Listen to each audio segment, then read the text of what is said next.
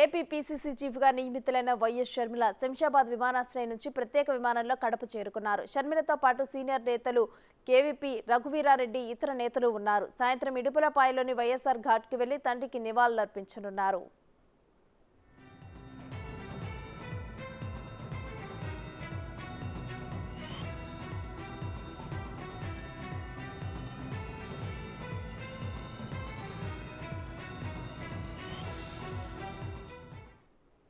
PCC చీఫ్గా రేపు షర్మిల బాధ్యతలు స్వీకరిస్తారని AP Congress working president Padmashri అన్నారు. గన్నవరం ఎయిర్పోర్టు నుండి ఆహ్వానం కళ్యాణ మండపం వరకు ర్యాలీ ఉంటుందన్నారు. షర్మిల బాధ్యతల స్వీకారానికి సంబంధించిన వివరాలను మా ప్రతినిధి మల్లికార్జున అందిస్తారు. ఏపీ పీసీసీ అధ్యక్షురాలుగా షర్మిల రేపు బాధ్యతలు స్వీకరించబోతా ఉన్నారు. దీనికి సంబంధించి ఒక ఆహ్వానం కళ్యాణ మండపంలో కూడా భారీ కార్యక్రమాన్ని కూడా ఏర్పాటు చేస్తూ ఉన్నారు. దీనిపై కాంగ్రెస్ నేతలందరూ వచ్చి కూడా ఇక్కడికి పరిశీలించడం, దాని ఏర్పాట్లను పరిశీలిస్తూ కూడా ముందుకు వెళ్తూ ఉన్నారు. ప్రస్తుతం మనతో మాట్లాడేందుకు కాంగ్రెస్ పార్టీ సీనియర్ నాయకురాలు ఉన్నారు పద్మశ్రీ గారు. ఆమెతో మాట్లాడడం. మేడం, ఎలా సాగుతుంది మేడం ఏర్పాట్లు? అసలు రేపు షర్మిల గారు బాధ్యతలు తీసుకుపోతా ఉన్నారు, ఎంతమంది వచ్చే అవకాశం ఉంది, ఏర్పాట్లు ఎలా ఉన్నాయి? అసలు చాలా పెద్ద ఎత్తున ఏర్పాట్లు చేస్తూ ఉన్నాం. 3 రంగులతో నగరం అంతా కూడా కళకళలాడుతూ ఉంది. నాయకులు, కార్యకర్తలందరూ కూడా చాలా ఉత్సాహంగా ఉన్నారు. రాజన్న బిడ్డ తిరిగి కాంగ్రెస్ పార్టీలో ఆంధ్రప్రదేశ్లో అడుగు పెట్టబోతా ఉంది. రాజన్న ఆశయాల మేరకు ఇక్కడ పార్టీని బలోపేతం చేయటమే కాదు, రాహుల్ గాంధీ గారిని ప్రధానమంత్రిని చేయటమే లక్ష్యంగా పనిచేయబోతూ ఉంది. సో అదంతా కూడా మంచి శుభపరిణామం. మేము ఇక్కడ ఆంధ్రప్రదేశ్ రాష్ట్ర ప్రజలే కాదు, నాయకులందరూ కూడా ఆనందంతో ఉంటే వైసీపీ పార్టీ నాయకులు మాత్రం చాలా నిరుత్సాహంతో ఉన్నారనేది వాస్తవం. షర్మిల గారు రాహుల్ గాంధీ గారికి మాటిచ్చి వచ్చారు, నాన్నగారి కళ నెరవేరుస్తాను అని చెప్పి.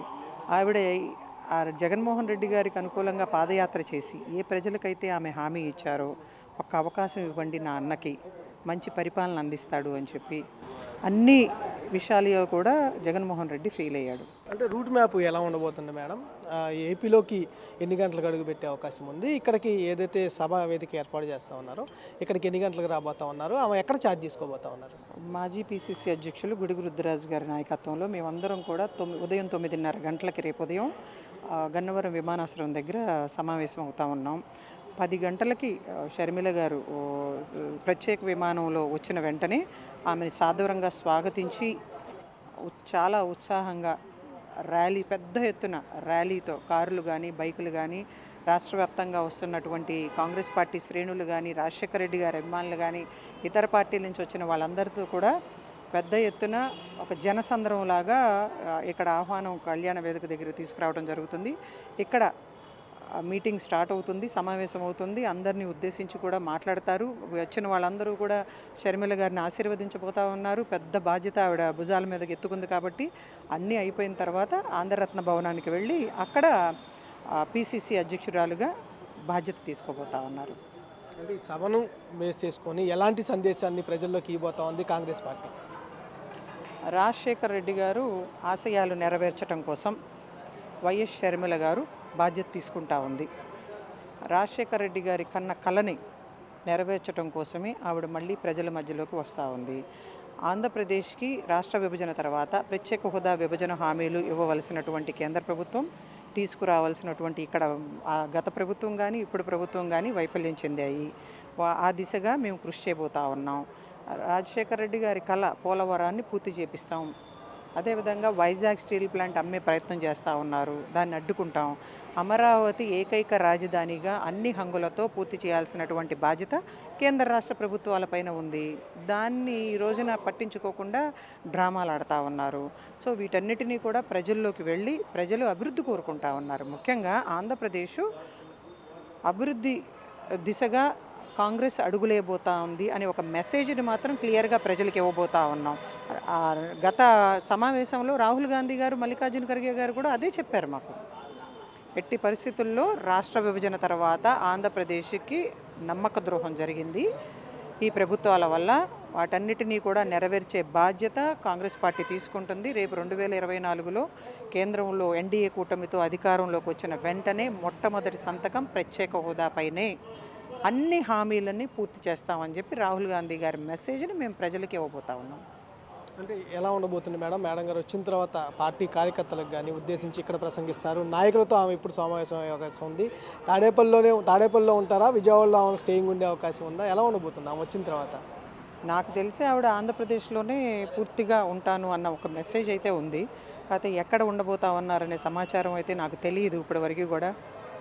మీడియా వాళ్ళనే చూస్తున్నాం. ఎక్కడ దాకా ఎందుకండి, మొన్నటిదాకా పట్టించుకొని వాళ్ళు మమ్మల్ని కర్ణాటక ఎన్నికల ఫలితాల తర్వాత, తెలంగాణలో అధికారంలోకి వచ్చిన తర్వాత అర్థమైంది దక్షిణ భారతదేశంలో ప్రజలు కాంగ్రెస్ పార్టీ రావాలి అని కోరుకుంటా ఉన్నారు. సో అందుకని మీరే ఇంత ప్రాధాన్యత ఇస్తూ ఉంటే ప్రజల్లో కూడా ఆ మార్పు చాలా బలంగా కనిపిస్తూ ఉంది. మీ అందరికీ కూడా నాయకులను కూడా చూస్తూ ఉన్నారు. వివిధ పార్టీల్లోకి వలస వెళ్ళిన వాళ్ళు ఈ రోజున జగన్మోహన్ రెడ్డి వల్ల మోసపోయిన వాళ్ళు అందరూ కూడా కాంగ్రెస్ పార్టీలోకి సొంత గూటుకు వచ్చినట్టు అభిప్రాయపడుతూ రాబోతా ఉన్నారు. అంటే ఇప్పటికే టీడీపీలో జనసేనలో వలసలు వస్తూ ఉన్నారు. కొంతమంది నేతలు వైసీపీ నుంచి జాయిన్ అవుతున్న పరిస్థితి ఉంది. కాంగ్రెస్ షర్మిల గారు జాయిన్ అయిన తర్వాత ఏ విధంగా ఉండబోతోంది? ఎంత మేరకు ఆకర్షణ ఉండే అవకాశం ఉంది? మీ పార్టీలో జాయిన్ అయ్యే అవకాశాలకు ఎంత మేరకు టచ్లో ఉన్నారు నేతలు? మేము కూడా మీడియాలో చాలా కథనాలు చూస్తూ ఉన్నాం. మేము కూడా వింటా ఉన్నాం ఇతర మా నాయకుల ద్వారా. చాలామంది పెద్ద సంఖ్యలో ఎమ్మెల్యేలుగా ఉన్నవాళ్ళు కానీ, మాజీ ఎమ్మెల్యేలు కానీ, రాజశేఖర రెడ్డి గారి అభిమానులు కానీ, కాంగ్రెస్ పార్టీ రాహుల్ గాంధీ నాయకత్వాన్ని కోరుకుంటున్న వాళ్ళందరూ కూడా పార్టీకి రావాలని చూస్తూ ఉన్నారు.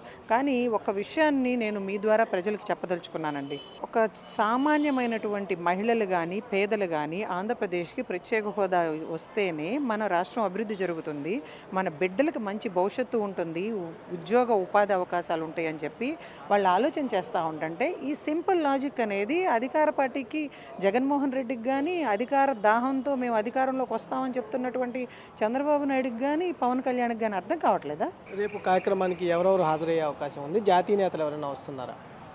ఆల్రెడీ మాకు ఇన్ఛార్జిగా ఉన్నటువంటి మాణిక్యం ఠాగూర్ గారు, ఏఐసిసి సెక్రటరీసు మేయప్పన్ గారు, క్రిస్టఫర్ తిలక్ గారితో పాటు నాకు తెలిసి షర్మిల గారు కూడా కొంతమందిని ఆహ్వానించడం జరిగింది. ఇప్పుడు ఆల్రెడీ నేను విన్నాను స్పెషల్ ఫ్లైట్లో ఆవిడతో కలిసి పెద్దలు కేవీపీ రామచంద్రరావు గారు, రఘువీరారెడ్డి గారు కూడా ఇడుపులపాయకు వెళ్ళటం జరిగింది అని, ఆమెతో కలిసి రాజశేఖర రెడ్డి గారి సమాధి దగ్గర ఆశీర్వాదం తీసుకుని వాళ్ళు ఇక్కడికి రాబోతా ఉన్నారు.